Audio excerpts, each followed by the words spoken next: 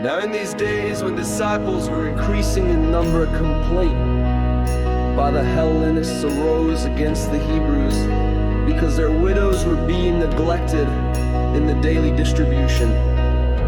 And the 12 summoned the full number of the disciples and said, "It is not right that we should give up preaching the word of God to serve tables. Therefore, brothers, pick out from among you 7 men of good repute, full of the Spirit and of wisdom, whom we will appoint to this duty, but we will devote ourselves to prayer and to the ministry of the word." And what they said pleased the whole gathering, and they chose Stephen, a man full of faith and of the Holy Spirit, and Philip and Procrus and Nicanor and Timon and Parnas and Nicholas, a proselyte of Antioch. These they set before the apostles, and they prayed and laid their hands on them. And the word of God continued to increase, and the number of the disciples multiplied greatly in Jerusalem, and a great many of the priests became obedient to the faith.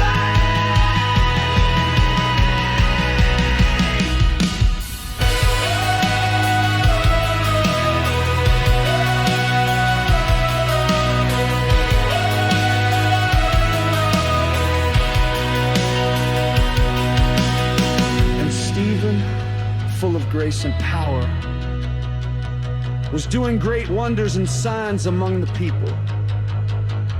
Then some of those who belonged to the synagogue of the freedmen, as it was called, and of the Cyrenians, and of the Alexandrians, and of those from Cilicia and Asia, rose up and disputed with Stephen.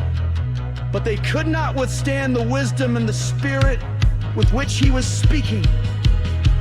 Then they secretly instigated men who said, "We have heard him speak blasphemous words against Moses and God."